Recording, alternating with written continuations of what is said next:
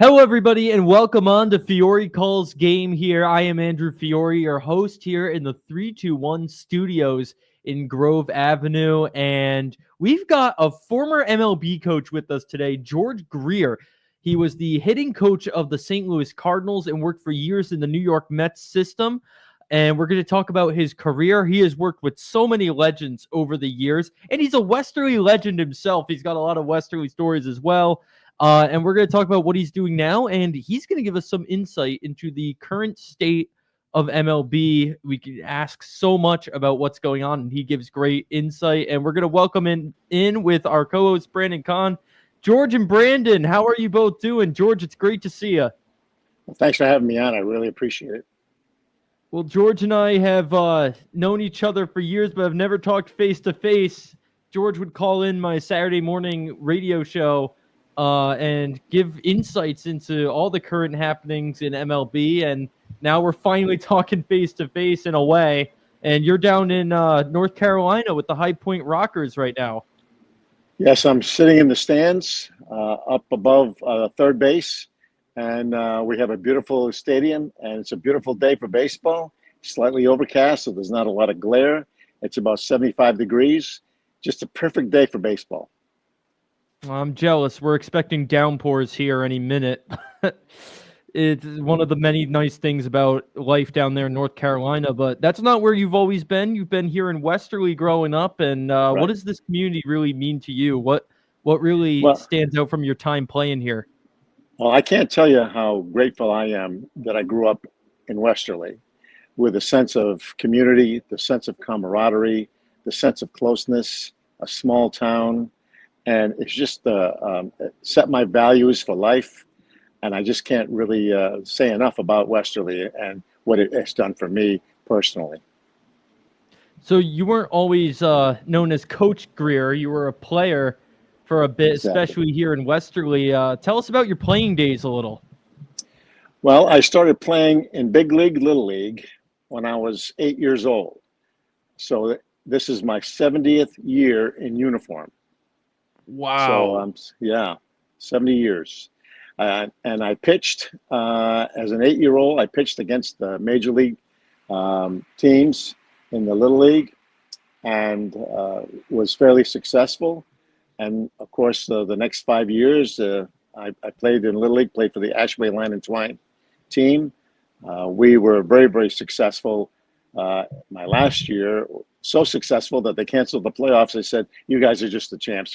There's nobody going to beat you," because we were, of course, undefeated at that particular time. And I played Babe Ruth League, uh, 13, 14, and 15 in Westerly, and then went on to play in the Westerly Twilight League as a 16-year-old because there was no Legion baseball, there was no travel ball, and we had basically a combination of the kids from Stonington and from Westerly played in that league, in the Westerly Twilight League, along with the famous baseball players in Westerly. Sal Argiri was my first baseman. The Gingerella brothers, Billy and Bobby, were basically owners of the team, the Hilltops. Lou Mazzucci was our center fielder. The Crowley brothers from Stonington, Frank Prakniak from Stonington, Tucker Turnover. We just had a terrific team, and it was really a pleasure to play with them, but also set my values as a player and as a teammate, and kept me humble as a 16-year-old playing in a men's league. And then I went on to play for Team USA. Well, it's kind of Team Rhode Island. We went to South America and Latin America on a tour, people to people tour. I came back from that, went to UConn, played basketball and baseball at UConn my freshman year. Coach Pansiero, Larry Pansiero, who was from Westerly, took me aside and said, "Hey, you're going to be a baseball player. I don't think you should play basketball anymore." So I stopped playing basketball and just concentrated on baseball. I went to the Cape Cod League as a freshman, made the All-Star team there, led the league in doubles and triples, hit 340 or so, and then went on to play 3 years in the Cape Cod League. My last year, I went to Team USA. We won the Pan American Games in Winnipeg, Canada. I got the gold medal. Came back. We won a Cape Cod League championship. Our catcher was a famous Yankee, Thurman Munson. Thurman and I were very close friends. And then I went on and signed with the Cardinals as a drafted player after my senior year at UConn, and played for 3 years, 3.5 years. And then I was a player coach for a year. Ended up being the bus driver for the team through a set of circumstances. That's another entire story. It takes too long to reiterate what happened. But I became the bus driver, basically because I was the only guy that could drive a stick shift. And went on to coach and started the program at UConn Avery Point. Was there for 10 years. Got a chance to go to Davidson College here in North Carolina as a coach and assistant athletic director. Was here for 6 years. Went on to Wake Forest University. I was there for 17 years. In the ACC, coached in the Cape Cod League for 9 years. Had some famous players like Joe Girardi and Will Clark and Terry Steinbach and Tim Nearing and other players that were just fabulous people and fabulous players. And then I left the university. I went back to professional baseball. In 2006, I was the manager of the Brooklyn Cyclones on the New York Penn League, and then went on from there for 9 years with the Mets, including 3 years with Wally Backman as the AAA hitting and bench coach in Buffalo and Las Vegas. And then the Cardinals attracted and recruited me to be the offensive strategist for the organization, and ended up being in the major leagues. Retired from that, and then came back with the High Point Rockers part-time in the Independent Atlantic Professional Baseball League. And I've been doing this for 4 years, and here I am. What an unbelievable resume there. Absolutely outstanding stuff. And I've got to say, Lou Mizuchi helped me get started in this field. God rest his soul, but I've known Lou for years. And Sal Augiri used to live across the street from my grandparents. So great people got you started, and then you got to meet so many legends along the way. I've heard a lot of name drops from you in the past, and you just shot a few names out there, like Will Clark and Joe Girardi. But you've gotten to develop a lot of today's stars. Can you tell us about working with some of the bigger players in the league today, like Randy Arozarena or Jacob deGrom? Well, Jacob deGrom pitched for us in Las Vegas, and he prided himself. He and Noah Syndergaard prided themselves on being able to hit, and so we would throw extra hitting to them because they were not only pitchers, but they were great hitters. They played positions when Noah was in high school in Texas, and then Jacob was a shortstop when he went to Stetson University at first, and then he became, of course, the pitcher that he was, and just a great person. And they were very, very easy to work with. They took instruction very well. They made adjustments. They adapted very well. And they were not only hitters for us in the lineup hitting ninth, but also they could be used as pinch hitters because they were that good hitters, and they could fill in for us if we needed somebody to hit. Yeah, I mean, I miss watching those guys, even at the plate. I mean, how many times did you see a Jacob deGrom 1-0 win where he has the RBI for the Mets? Exactly. No one He else did that he did that with us too in Las Vegas. He did that. Some of the other players that I've had the opportunity, of course, being in the big leagues, you have people like Yadier Molina, and you have Marcelo Ozuna, and you have the multitude of players that come up through the roster. And then I can tell you a quick story about Randy Arozarena and Adolis Garcia. Were in Memphis playing for the Redbirds when I was the offensive strategist for the minor leagues.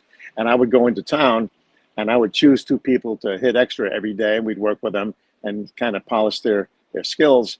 And I would look over in the dugout, and here's Arozarena and Garcia sitting in the dugout with their bats. And I had 2 players on the field, and they were just looking and looking and looking. And I'd say, okay, you guys want to hit? Yeah, we hit. I said, okay, you guys want to hit? You have to do exactly what I say. So what we would do is we would make some modifications and some adjustments, especially with the grip. They didn't have the proper grip, and so we worked on the grip with them. And I said, okay, you don't lose your chance to hit, but you lose your opportunity that particular round. And I want you to do exactly what I tell you as far as your grip is concerned. And that's how they still maintain that grip of the bat when I watch them on TV. And they've gone on to have great careers and all-star careers with the Rangers, and then Rosarina was with the Rays, and now he's with the Mariners. Yeah, division rivals now, and it's must be really powerful for you to see these guys that you saw early on in their careers take the lessons you taught them onto the biggest stage and help them really achieve their dreams. Well, what we do is we take a look at them individually. Like Wilmer Flores had a big leg kick. He was a 15-year-old that signed with the Mets. So I had him from his inception into professional baseball all the way through AAA before he went to the big leagues. And we took away his leg kick. We took away his big stride that he had. And now he's the no stride guy, pick up his left heel and time the pitch. He doesn't have a big load anymore, and he just kills left-handed pitching. He always has, and I guess as long as he plays, he always will. And so it's been things like that. Luke Voigt, when he first came up, had a big, huge leg kick. His knee would be higher than his waist. We took that away, but he could not. He had to have some sort of a lift with his feet and with his leg. So we got him to hover, what they call a hover situation. And when he was with the Yankees, he would hover and then hit that ball to right center field, hit the ball out of the ballpark there. I guess he's playing in Mexico right now. Patrick Wisdom had a big, I guess, a flaw in that he would not swing at anything inside from the inside pitch, those 3 inches of the plate that the pitchers like to work, and especially front door curveballs. And so we got him to hit the ball out in front a little bit more and not be afraid to hit the ball foul. And if you hit it just right, the ball will go down the line and then hook back fair. So it's like a slice in golf. So we did that with him. Randall Grichuk would chase balls in the dirt. So we got him to recognize pitches a little bit easier. Had him make sure that he swung at pitches that were ball to strike rather than strike the ball away. Ike Davis moved his front foot. I really didn't move his front foot. I took his back foot, moved it closer to the plate, left his front foot there, and he went from hitting 1 home run in the minor league baseball to hitting 32 home runs in the major leagues one year before he and David Wright collided, and they both were hurt and both essentially ended their careers. They were hurt so badly. So it's been really a lot of fun, because when you work with somebody one-on-one, there's nobody around. There's nobody questioning what you're going to do. You let the player decide what feels best for him. You try different things, and I guess because I've been around a long time, there's not one right way to do things. It's a combination of some things, and sometimes it's just a little thing. Sometimes it's just tweaking your hips and cocking your hips rather than move everything else. Sometimes it's not one of the things we're going to work on today. Sometimes it's the load that some people, when they load, they bury their hands and they can't get to the ball inside. So they give up that 3-4 inches of the plate inside. And so the person I'm going to work with today, Nick Longy, is we're going to work on shorting our load and not move his load back, but move his load up so his hands go up before he addresses the ball and hits it in a good contact area, and so he can match the plane of the pitch and do some damage. Wow, there's so much that goes into hitting, and I was almost going to ask you if there was one piece of advice you could give to hitters, and then you hit it there that everyone's different in their own mechanics. Right. Yeah, you can't. We like to say YouTube hitting. Nothing against people that are on the YouTube, but you can't say, okay, this is the only way and the right way to do things, because so many people are different. Their hand strength is different. Their hand size is different. Their timing mechanism is different. Their visualization is different. The axes that you work with, the transverse, the horizontal, and the vertical axes are different. You have to be synced. You have to be on time. You have to have plate coverage, and you have to realize that you can't hit the 7 balls across the plate. You can't hit ball number 1, and you can't hit ball number 7. Basically, those are pitchers' pitches. So you have to concentrate on 3, 4, and 5, and possibly 6, and possibly half of 2. And you can't cover everything at once. So pitch recognition is very important. Shapes and spins and release points and all these kinds of things come into it. So it's just not one thing that you have to do to become a better hitter. So knowing how much goes into all of that, how do you look at one guy, and say you're a new player on your team, how do you watch him for a little bit and know what needs to be fixed with how much goes into it and how unique everybody's individual styles are? What are you looking for as a coach? Well, basically, I have 11 things that I look at. You're going to say, well, 11 things. Well, oof, that's quite a few. But it starts with balance, timing, and rhythm. You have to have rhythm. You can't go from a dead stop to a full 100 miles an hour without going through the next gears. You can't go from stop to gear 5 without going through 1, 2, and 3, and 4. So there's a rhythm involved. There's a timing involved where you have contact points where you hit the ball in front of the plate, closer to the plate, away, further away from the plate, in. And you have to have balance. You can't be on your heels. You got to have good balance, just like you would if you were playing defensive basketball or being a defensive back in football. So you have to have balance, timing, and rhythm. Then your head has to be square and looking at the ball, not with tilted eyes. Your hands have to be in a good position to deliver the barrel. Your hips have to be cocked and not open so that you can get some good torque when you swing.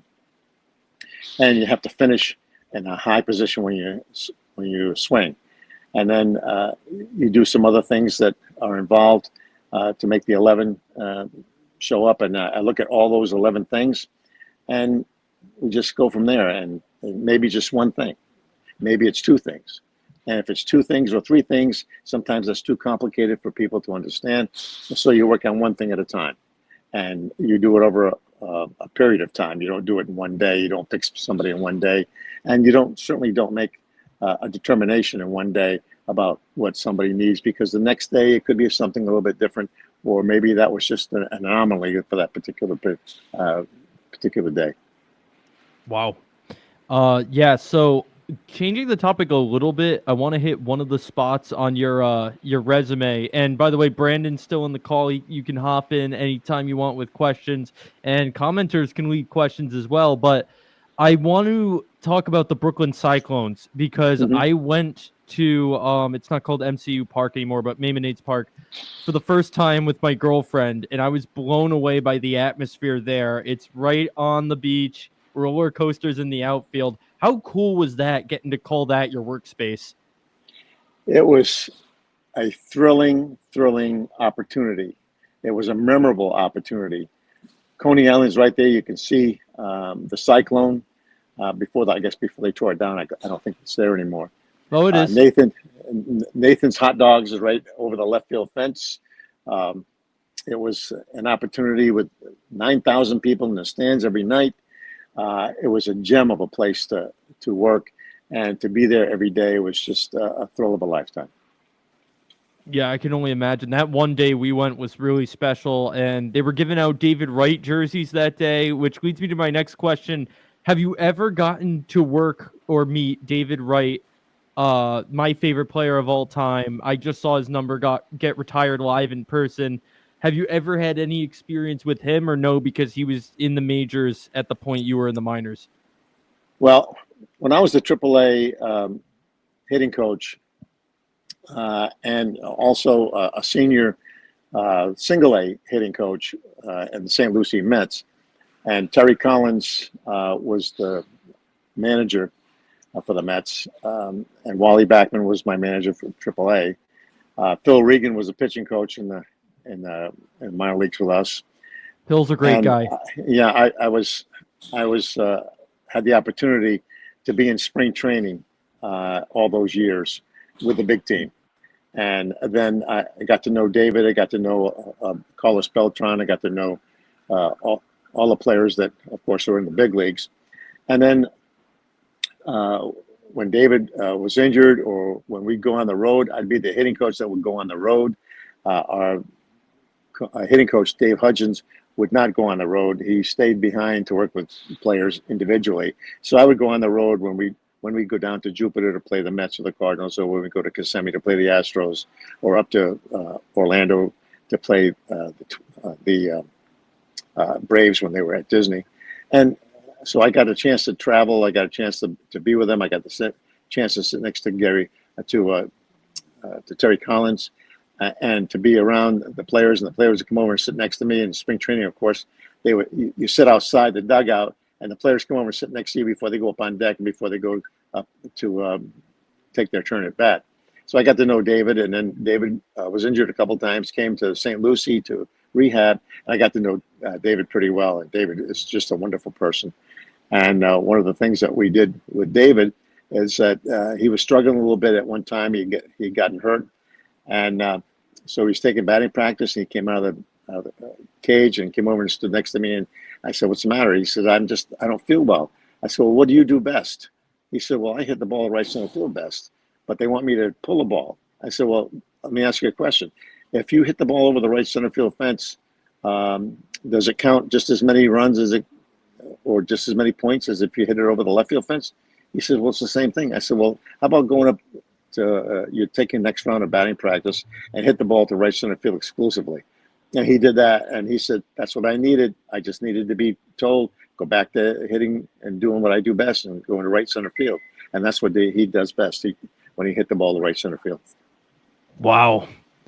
And I mean, the thing I always heard about David was that all the stories you hear about how good of a guy he is are true. I've never heard a bad thing about him. Do you think that holds up? Absolutely. Perpetual smile on the face. Perpetual. Always in a good mood, always ready to help, and just, like I said, just a wonderful person.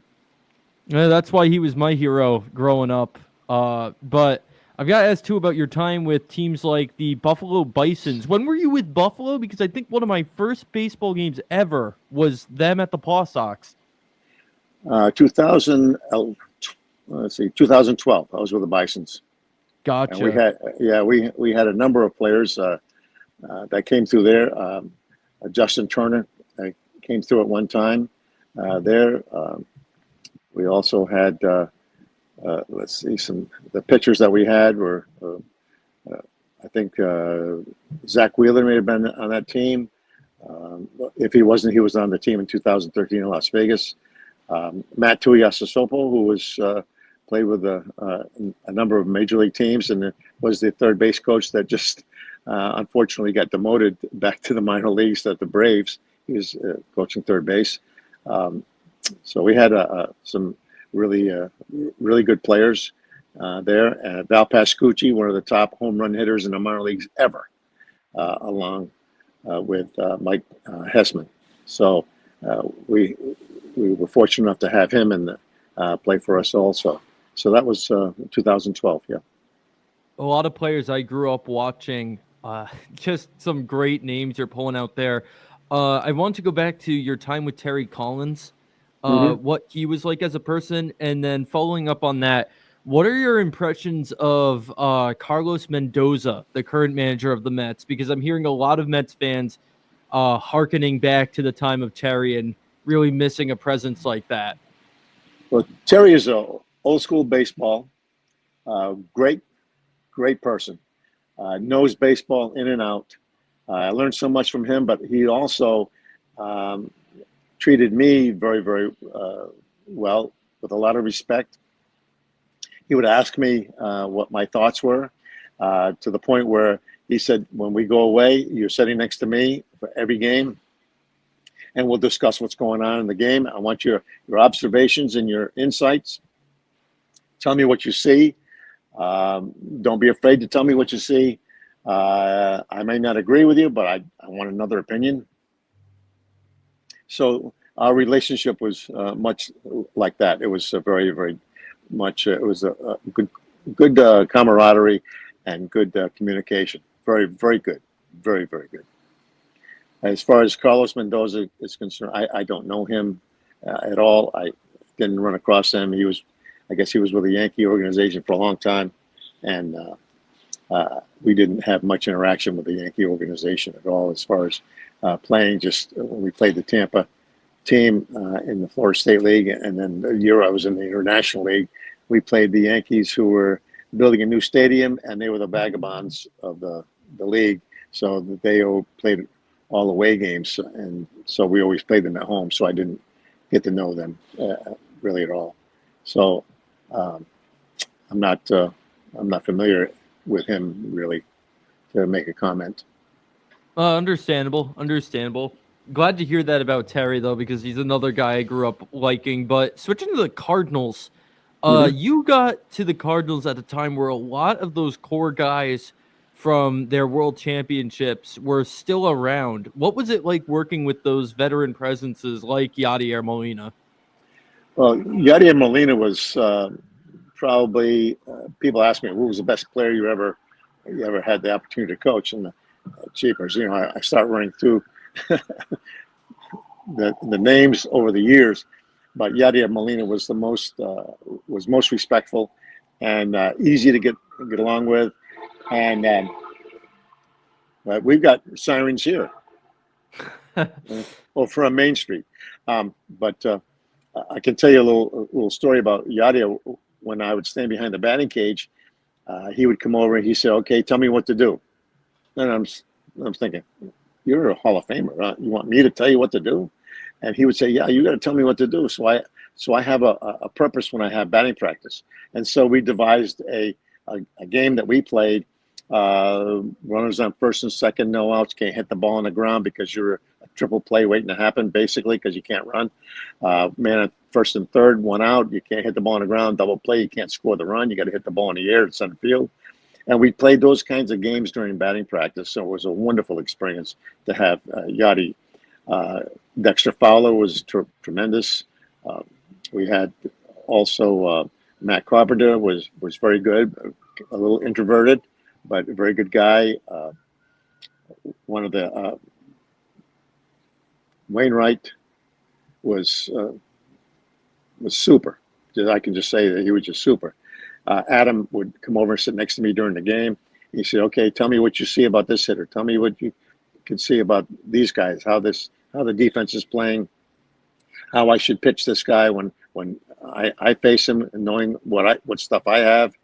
And we would try to dissect the other pitcher that was facing us, and try to dissect the hitters that were coming up, so he could find a way to get them out without using the same stuff he used all the time to get somebody out. You always want to find another way to get somebody out. Don't go with the same thing all the time, because big league hitters will make an adjustment and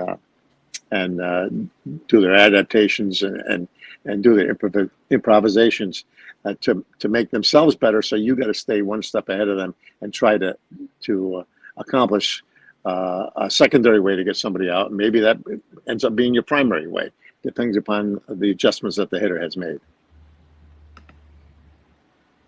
It's fascinating to hear that all these guys came to you for all the adjustments and information they needed. But I think my co-host Brandon has a question here. Sure. You want to pop on? There he is. Hey, Coach Greer.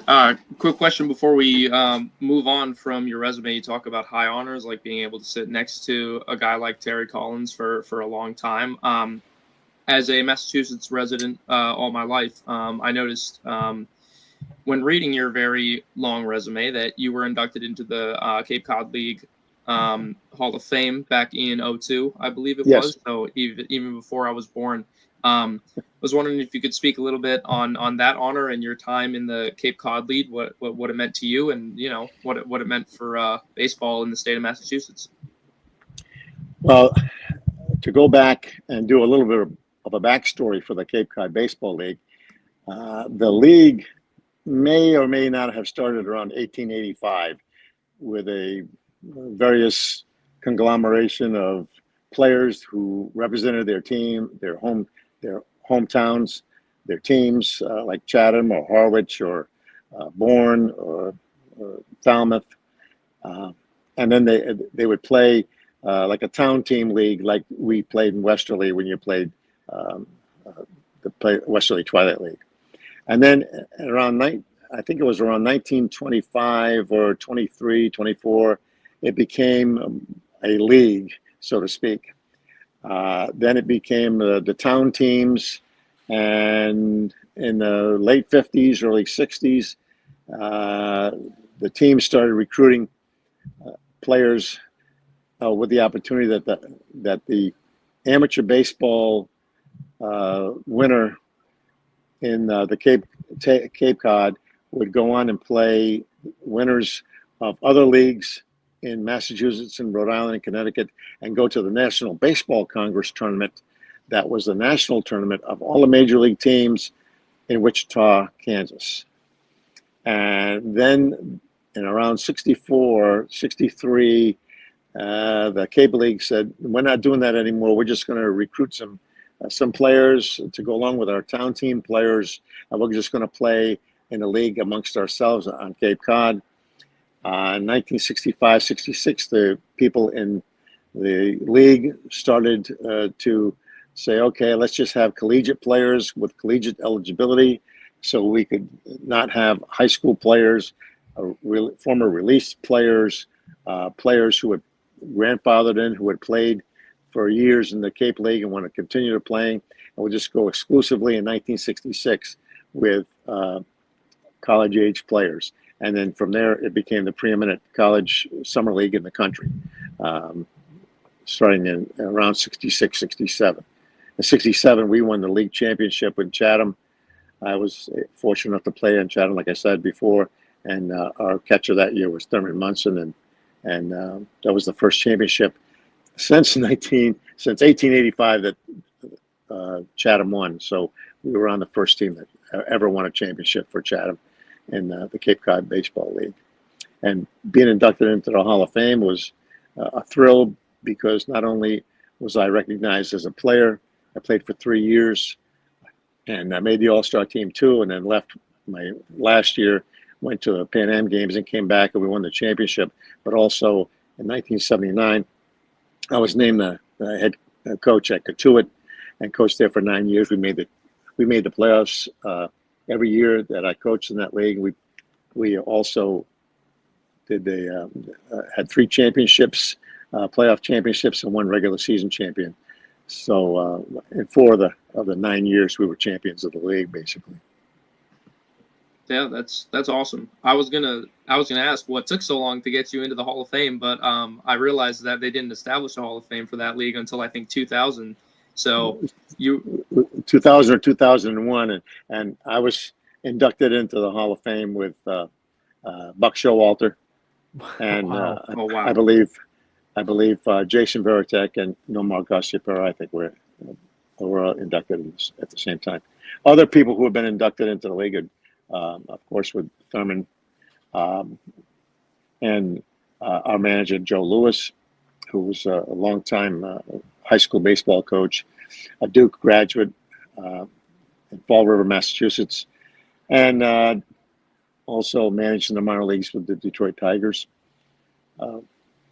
We had some my 3 roommates. We had host families, and we lived in the basement of Bert and Ann Story's house. Ed Baird from Connecticut, who was my teammate at UConn. Joe Jabber from Colby College, Maine, was one of our roommates, and Steve Zaradnik, a second baseman from Providence College. Joe was a pitcher, Ed was a pitcher, I was an outfielder, and throughout the course of the last few years, all of us have been inducted into the Cape Cod Baseball Hall of Fame, which is quite unique to have 4 of your 4 players who lived at the same time in the same house, same 2 rooms, being inducted into the Hall of Fame. I think that's quite unique. That's very unique. Yeah, what I was going to say is it's fitting that you're in with all those guys. Jason Veritek, one of my favorite players growing up, a Sox fan. That's absolutely surreal. And like I said earlier, it's kind of crazy that they waited 30 plus years to establish a Hall of Fame for the Cape Cod League, having it been around so long and having some decent popularity for collegiate players. Well, the last couple of years that I played in the league in the middle '60s, Dave Gavitt was the coach at Orleans in the Cape Cod League, and Dave Gavitt, with Providence College fame and Big East fame, and Lou Lamoriello was a coach at Sagamore, which became Bourne, and Sagamore's team. Lou was the head coach, and of course Lou has gone on with the National Hockey League with the Devils and I guess the Islanders, and has done just a wonderful job. And he was a Providence College hockey player, baseball player. So the Cape League has drawn people from all walks of life into the league, and now I think they said there's 300 or 400 former Cape Cod baseball players that are in the major leagues now. Something incredible that the Cape League is just a proving ground for Major League Baseball. Wow, I never would have guessed Dave Gavitt and Lou Lamoriello. You think of hockey and basketball with them. Right. Like you said, Cape is just a breeding ground for anyone. Exactly. Fascinating. Yeah. It's basically, we've all said it, that the Cape League Hall of Fame is like our Cooperstown. You may not make it to Cooperstown, but if you make it to the Cape Cod Baseball Hall of Fame, that's probably your crowning moment in baseball other than Cooperstown. You're really a special honor. And now you're with the High Point Rockers, and we want to say hi to any Rockers fans watching because they did repost that we're having this show. So a lot of fans of your team might be watching this now, but what are you doing with the Rockers now, and what made you choose them? Well, I was sitting at home during my sort of retirement, and Wally Backman had stopped coaching with the Mets and had taken a position as the head coach, manager of the Long Island Ducks in the same league. And the Ducks would come down and play the Rockers and play the Gastonia team in the league. And Wally would always call me and say, "Hey, we're going to be in town. Would you like to come over the game? Love to see you and your wife, Becky, and let's have lunch and then watch the game." So we're talking. We meet for lunch. And he says, "Hey, do you mind if you work with a couple of our guys?" I said, "No, I can work with a couple of you guys, no problem." And so we came out early. We worked a little bit on the field. He said, "How about working tomorrow with a couple other guys?" I said, "Okay, I'll come early tomorrow and we'll come to the field." I come to the field and both teams are out by the batting cage, wanting to listen to what I have to say. And I don't have to say much. I just work individually with guys. So we did a few things. The next morning, 7:30 in the morning, the manager for the High Point team calls me, Jamie Keefe, and says, "Hey, I got a deal for you.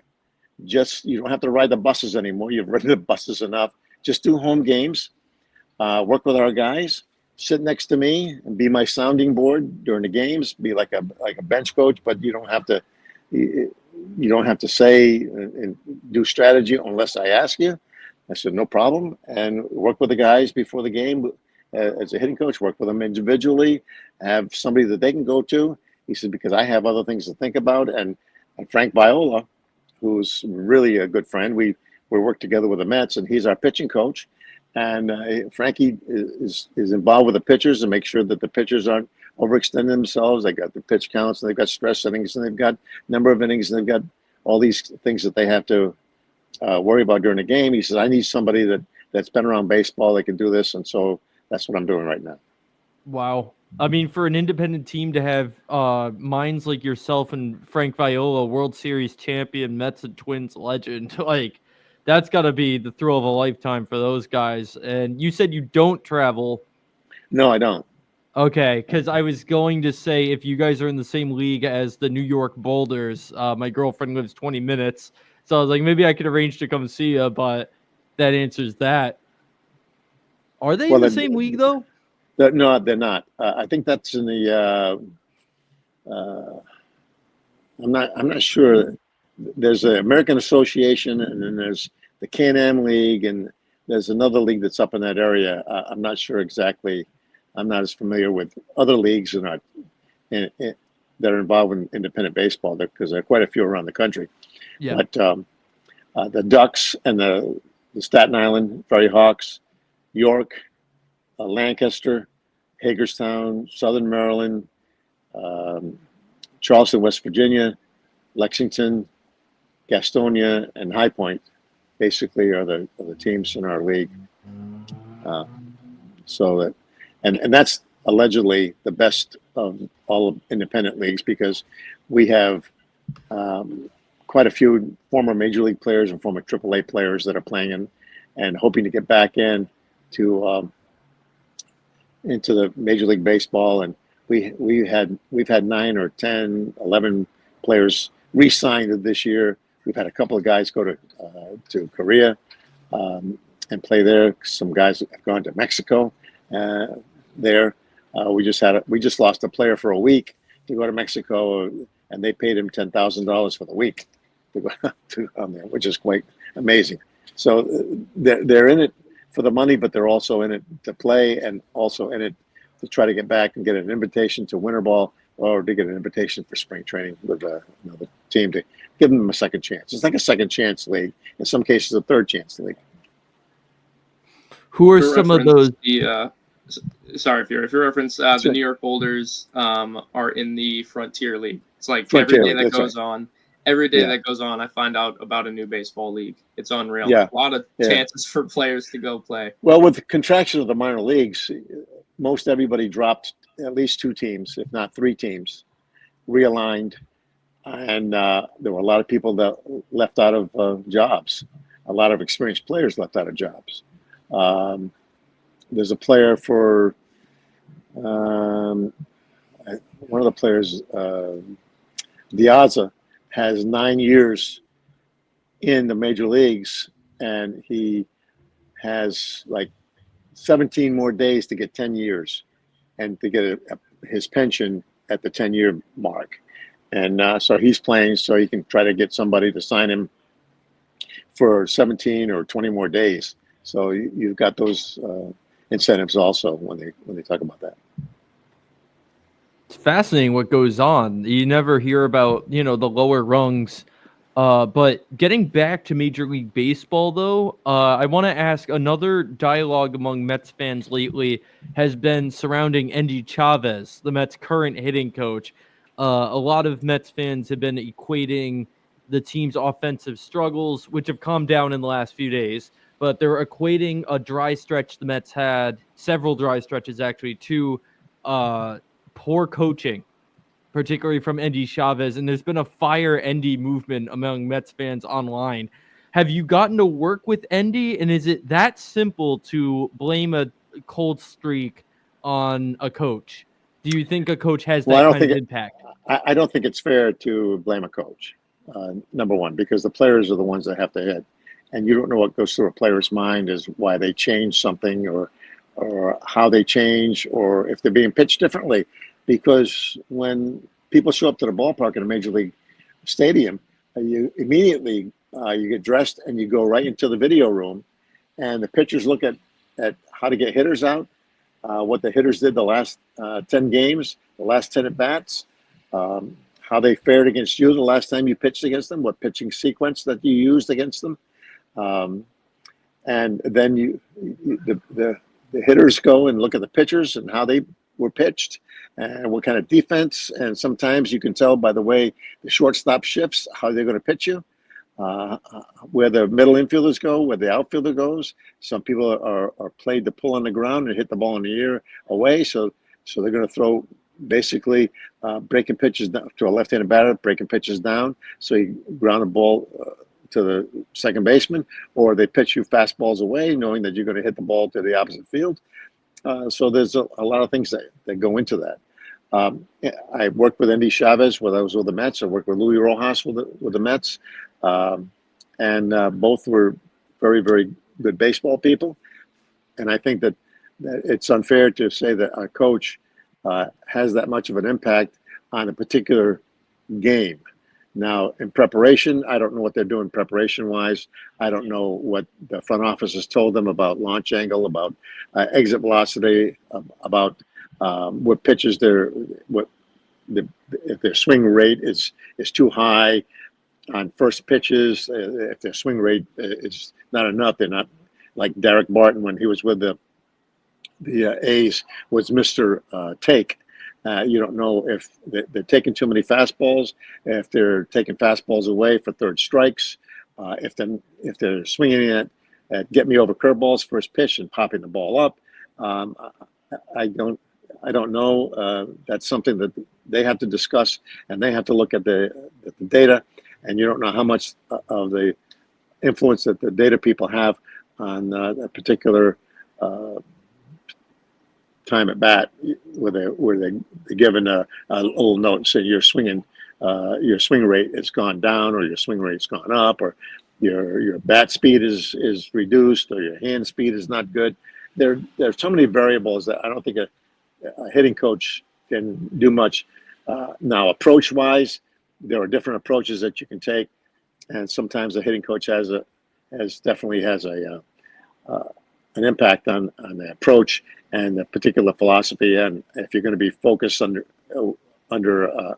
aggression or aggressive under focus or whatever you want to call it, and you want to look at the type of situations that you're in. You may not be in a situation where you can drive somebody in from third base with less than 2 outs for a week. You may not, and then you come up with that situation and you choose to swing at a pitch that is not particularly conducive to driving in a run. So there are too many factors that, yeah, you can fire a pitching coach, you can fire a hitting coach, but that doesn't. Sometimes the player needs to be fired. Yeah, interesting. Things are much more nuanced than the internet would suggest. Who would have ever thought that's the case? But it's a good time to switch over to current baseball and get some insights from you on the latest happenings around the league. And I'm sure Khan is chopping at the bit, given the latest offensive woes that the Red Sox have faced, to hear your takes about them.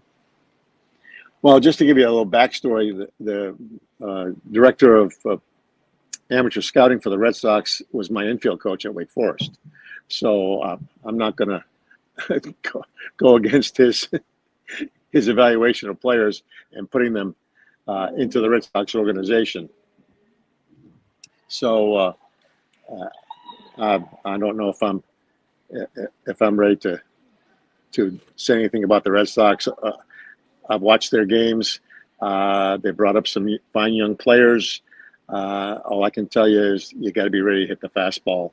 And sometimes if you're breaking pitch too much, the fastball can get into you and cause you to have some problems. Fiore absolutely read my mind there.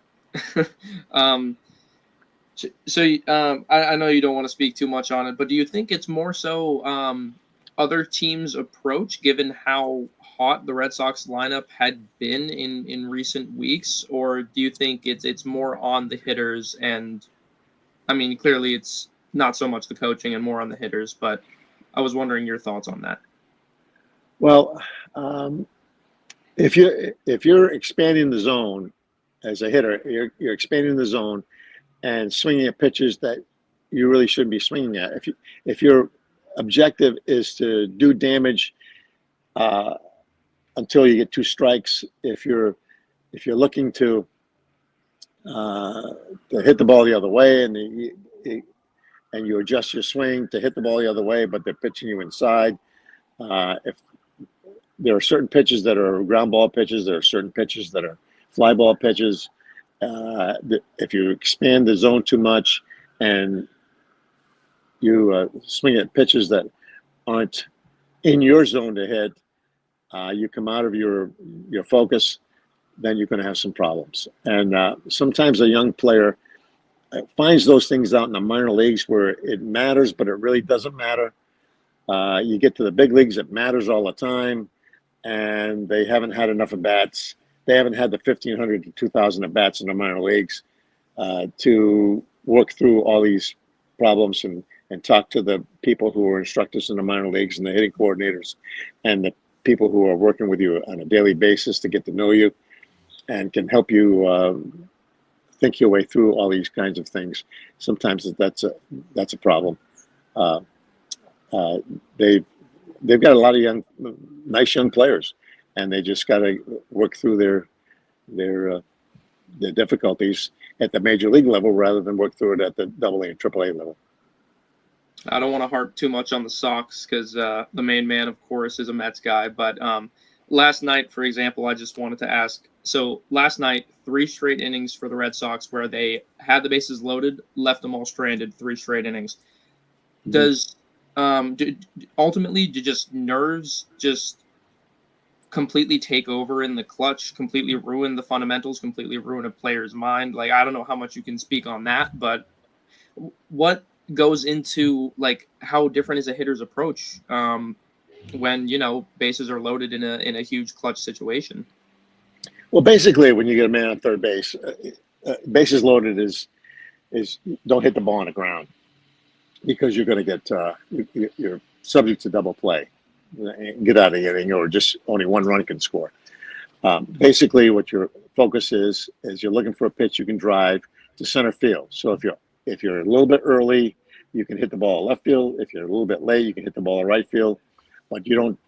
And then you need to know what pitches you hit in that situation to center field. And I call it area hitting, whether it be a fastball or a slider or changeup.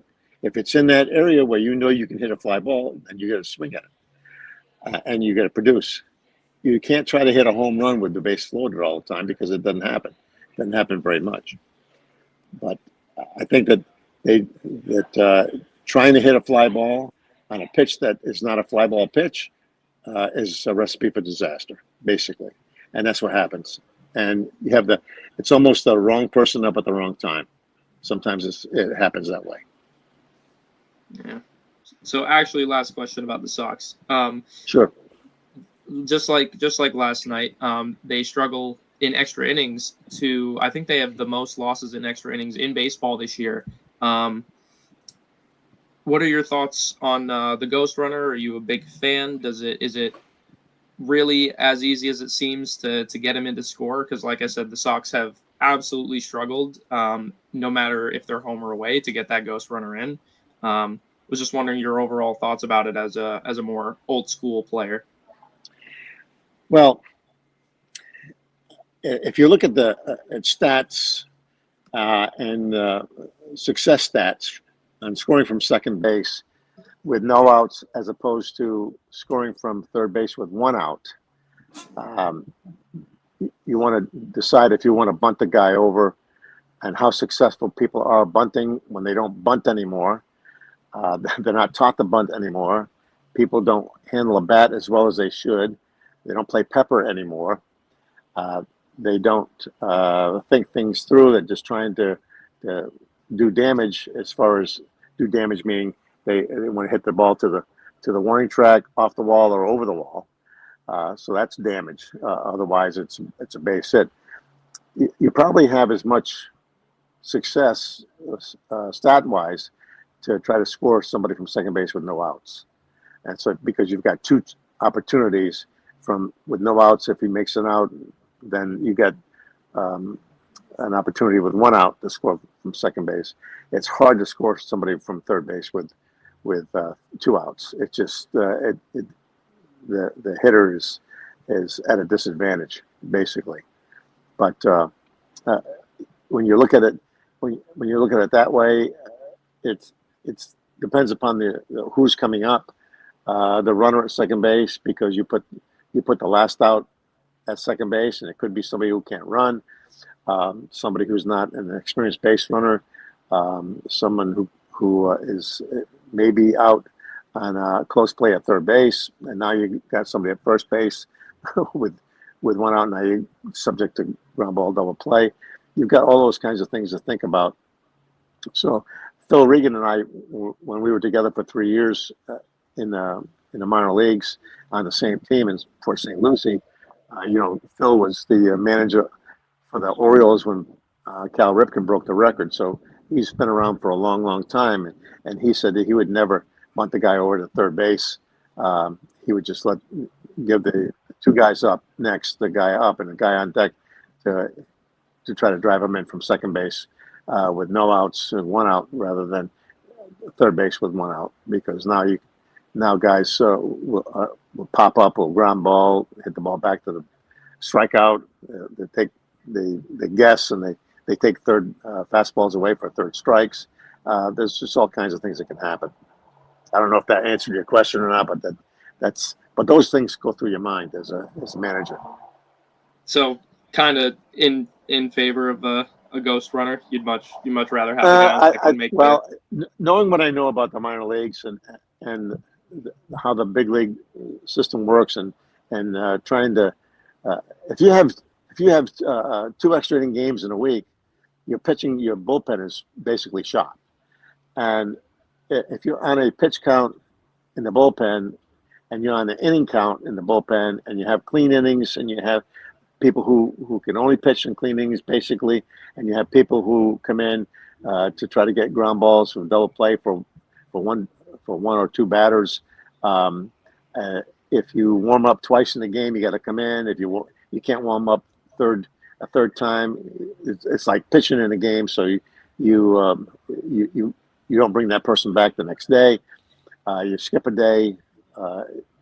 It all depends on who it is, how many pitches the guy threw the last time he pitched, when's the last time he pitched, and then to try to replace him. Like we were in Las Vegas, and then the Mets were in the big club was in New York. The time differentiation to get somebody for the next day to pitch, send somebody down, put somebody on the reserve list, or take somebody off the roster and move them down. And according to the player development contract, they don't have to report for 72 hours if they're going back to the minor leagues. So we played a couple of games in Las Vegas with a 25-man roster with only 21 available players. So now who is at a disadvantage, and who has pitch count and those kinds of things that you think about on that team that particular day. And what if somebody gets hurt, and what if it's you don't have a catcher, or if you don't have a third catcher? There are too many things that you think about. So let's shorten those games. Let's not tax the bullpen as much. So am I a favor of a ghost runner? No, but the practicality of having a ghost runner during a regular season is basically financial, I think. We're up against the clock, but I've got one more question for you. Another hot topic in baseball. You were talking about hitters expanding the zone, but that's not the expansion on a lot of people's minds right now. Rob Manfred on Sunday Night Baseball was talking about the possibility of realignment with the expansion, likely to Nashville or Portland. There's a lot of talk about 4-team divisions now, shaking things up. Do you have any thoughts on this? Have you looked at some of the proposed changes at all, or anything? I think we've all, as baseball people, wondered why in the past the Braves were in the same division with the Dodgers, so to speak. So you have time differentiation when you travel. I think that look at things. Don't be afraid to change, but why change just for the sake of changing? Yeah, that makes sense. Well, we're hitting 2:00 now, so thank you very much, George, for your time. It's insightful as always, and good luck out there with High Point. I know you've got some lessons to give in a minute, but a pleasure as always. Glad we finally got to be face to face. Great, awesome. You take care, and I appreciate it very much. Thank you, George. Okay. So, yeah, that was an incredible hour for baseball fans. Just tremendous insights always from Coach Greer, a Westerly legend. That's going to do it for us. We have a big guest next week. You Rhodey fans will know this one. Kasim Hill, 3 years as quarterback of the Rhode Island Rams from 2020 to 2023. And he was at the University of Tennessee in 2019 and the University of Maryland 2017 to 18, where he threw to DJ Moore. So great stories coming from Kasim Hill next week, Wednesday at 1. And again, we are going to be upgrading to 3 shows a week coming in September. So a lot coming down the pike, but that's going to do it for us here. For Brandon Kahn, this has been Andrew Fiore signing off on Fiore Calls Game.